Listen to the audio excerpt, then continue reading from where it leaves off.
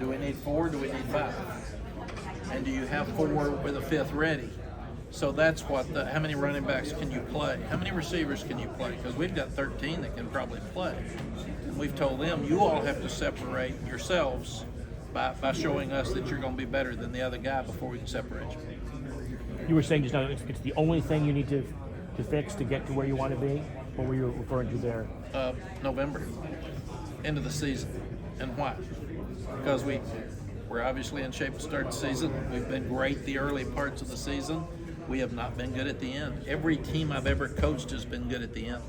And we got to figure out the bowl games because we've never lost 4 in a row, and our best players aren't playing in the bowl games anymore. So by playing more players, you're going to have somebody more ready to play when those guys opt out, if they still opt out. So those are all things that we're looking at. Coach, you guys have a this year that's actually going to happen.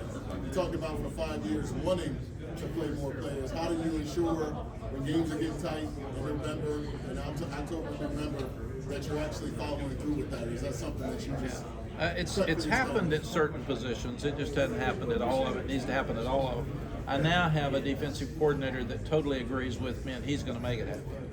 And when you script them going in, it keeps it from being the coach's decision when he gets nervous. If you say this group is going in the 3rd series, if you're not inside either 20, we're putting this group in, then they go in. And he can't stop them because coaches want to win, and they're all paranoid, and they're all worried about every little thing that happens. So I've got to help them with that. I've got to make them declare what they're doing, tell the kid what they're doing, and then they have to do it. Coach, you replaced a handful of starters up front, but you added some transfers and you got a group that you like. Can you talk about what you've seen from that group as you get ready to go into fall camp, and also what does having a running back like as special as Amarion do to kind of smooth things out while you get that group gelled together? Great running backs make offensive linemen better. That's right. It's 100%. And I've seen it way too many times. But you take Austin Blasky, he's played at Georgia, and he's played a lot. And he's really a tough, good football player. You take Willie Lampkin, he was one of our best linemen last year, and very confident. And then you take Howard Sampson at 6'8", 325, 330, and he can move his feet. I think he'll be an NFL player before he gets through. Travion Green has really come on. He's 6'8", 360. That's a big man. And we were trying to get him to 345. We nearly killed him. And his body mass says he needs to be 360. So we're going to leave him at 360. And then you bring in the transfer from Georgia Tech, Ja'Kai Leftwich. He's 6'6", 335. So we're bigger, we're stronger. We bring in a guy from a Division III program, that Jeff Greenberg, that we're really impressed with. And he can play backup center or guard. If he's good enough at center, you can move Blasky to guard. So we looked at it yesterday. I think we have 9 that have a chance to play, and we've been playing with 7. Right. So we're just finally getting some more depth. Coach, you talked to me about having that relationship with alumni. I'm curious, do you still keep up with guys like Colt McCoy and Jordan Shipley? Absolutely. I talk to them all the time. And it's usually more text than talk. Right. They'll check in if like after today. I've got a text with them here today. Said I've heard that before, or something picking at me. But absolutely, I text with them all the time. And I know their birthdays and their anniversaries, and that's one of the joys of my life, is to have a family that big. Mack, you guys haven't won the ACC since 1980. For NC State, it's been since '79. Why do you think for both of those two, the two biggest ACC programs in the state, why has it been such a struggle to break through? Because Florida State's been better than the rest of us for most of the years that I was here, and Clemson's been better than most of us Wake and Duke before have done it. and after that, and Wake and Duke have done it, but once. So we need to do better. I think that's important for us. We want to win a championship, and it's probably harder now than it was back then when you added all the new teams. But it's still there for us to do. We had our chance 2 years ago. It kind of feels like you and State especially take turns being like the it team in the preseason, like they're getting some hype this year. You guys have got in the past couple of years. Does that play into it in terms of expectations, maybe getting in your head a little bit and not rising to the occasion? I don't know. It's a good question. You all create expectations. We don't. So, I mean, when you look at it, I like where we are now. And we had no expectations when Drake became the quarterback. There was no buzz, and we weren't going to be any good and won 9 out of the first 10. So, I do feel like we handled expectations better at Texas and seem to have expected it there. We handled them better here at the end because we were always up there. Our team hasn't handled them that well, and it really bothers me. And we've got to get where we need to go, and then we got to win when we get there to expect us to be good enough to be there, and we haven't done that yet. Is that what's kind of kept you around? You kind of feel like unfinished business? Is that kind of help you motivate you to stick around? There's a number of things that keep me around. As I love the kids, and I don't want to let them down and walk away from them. I love the game. I'm so excited about Sunday. When the kids report, how many people love their job so much that they can't sleep because they can't wait till it starts? I mean, that's telling right there. And then I also want to help college football. There's a lot of things that we got to fix. And I want to help Carolina while we're going through these transitions, because not many of those things that happened have been great for us. And I want us to get where we need to be while I'm here. So, Coach, one thing, when you were just talking about like Jordan Shibley, so one of your former players back in the 90s will be inducted very soon. Will you be going to Canton to see Julius Peppers get inducted? Yes. And do y'all still stay in touch?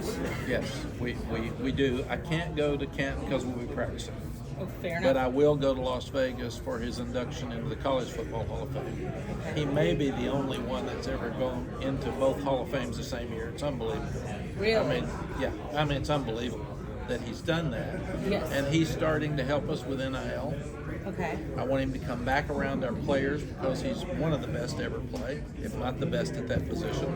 And I want our guys to get to know him and be around him. I was inducted into the North Carolina Sports Hall of Fame with him a couple of years ago. I remember that. Yeah, so, and I'm sending Brian Simmons in my place, Okay. along with Dwight Hoyer, because they both know him and Brian played with him. So they're going up to Canton, and then Sally and I will go to Las Vegas. Now, do you know if his partner in crime, Jesse Halley, will be at either induction ceremony? I do not. I don't know who's going yet. All right, sorry. Just thought I'd ask. Back the last couple of years, you've been blessed with quarterback play that has been the talk of your team. You got a decision to make this year, and you've got Omari now. Omari, in my guess, would be the focal point of defense going forward. So how do you prepare an offense where it isn't necessarily quarterback centered? You could say that we were blessed, or you could say that we did a great job recruiting and coaching two of these quarterbacks to get them in that position. It's all a matter of perspective, right? To be fair. Absolutely. To be fair, Mark Packer just told me to tell you all, when you ask who the starting quarterback is, you'll know when we break the huddle at the first game. And I said, thank you, Mark. I'm going to give you credit for that with every media person that asked me. And absolutely defenses will be focusing on Omari. They'll stack the box. But it helps your quarterbacks. It makes the passing game simpler when they got too many around the line of scrimmage. And we've got to be smart with it. We've got to spread things out enough because we got good enough receivers. We got good enough tight ends that they can't just focus on Omari. And then what we've got to do is figure out, is it Max, is it Connor, is it Jacoby, and what do they do best? Are they better with play action? Is it better to protect with play action with Omarion back there? What are his best runs? Because we had great running backs with Michael Carter and Javonte Williams, and we still had Sam, but we ran the ball better then than we've been able to the previous year. And then last year we got it back to it again. So I'm excited about us running the ball better and more, us having fewer sacks, and all of that's going to help our defense too. So sometimes with all the hype at quarterback, they talk so much about quarterback that the rest of the team feels like, we're good, Drake will take it, and that's not the case. We've all got to play. And now I think the pressure is on the team and the coaches to play. It's not just on Drake. It looks like a lot of folks, a lot of the guys are saying, we got a chip on our shoulder. It's personal. We didn't hold up as much as we needed to last year. How much of that is coming from the players, and how much are you crediting Coach Collins kind of instilling maybe a different type of demeanor? I tell them every day that we've done great things compared to the 2 wins and the 3 wins, and we haven't lived up to our expectations, much less our fan base. So they should have a chip on their shoulder. And I said, you've done some really good things, and I went through it. Your academics are good, your pro guys are good. You've won. You and NC State are the second most wins in ACC games in 5 years. That's all good. You don't get credit for any of it, but it's all good. But you're not going to get credit till you win a championship. You're not going to get credit till you finish. And that's the way the world is now. So grow up, keep your mouth shut, and play better. Coach, you talked a lot about the receivers. You got a lot that you could pick from. One of them was just from right down the road that you recruited really hard in Jordan Shipp. Can you talk a little about his growth in the spring and just what he's been doing to get up to the speed of the college game? Yeah, I'm very excited about not only Jordan Shipp, but Vari Green and Alex Taylor with those young ones. And then you've got the Christian Hamiltons and the Chris Culvers that haven't played very much either. So we've got our older group with Nate McCullum and J.J. Jones and Kobe Paysar. And then you've got some other guys that are really good that have played some, but you've got to have the older guys run the show and the younger ones grow up. But Jordan's got tremendous hands. He runs very good routes, and he's a lot like JJ, and he's got to learn from JJ. How does playoff expansion help a program like North Carolina? I think, Jeff, it helps everybody because everybody wants to be in it. It's a new goal.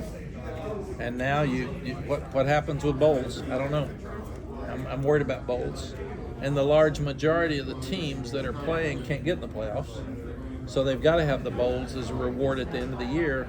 We want to be one of those teams that's not only wanting to be in the playoff, but win a national championship. We're one of the few teams, one of the 10, 20 that have won so many games, 700 games or something as a program, and never won a national championship in football. So we'd like to do that. What are some of the positives and negatives about going to 105 scholarships?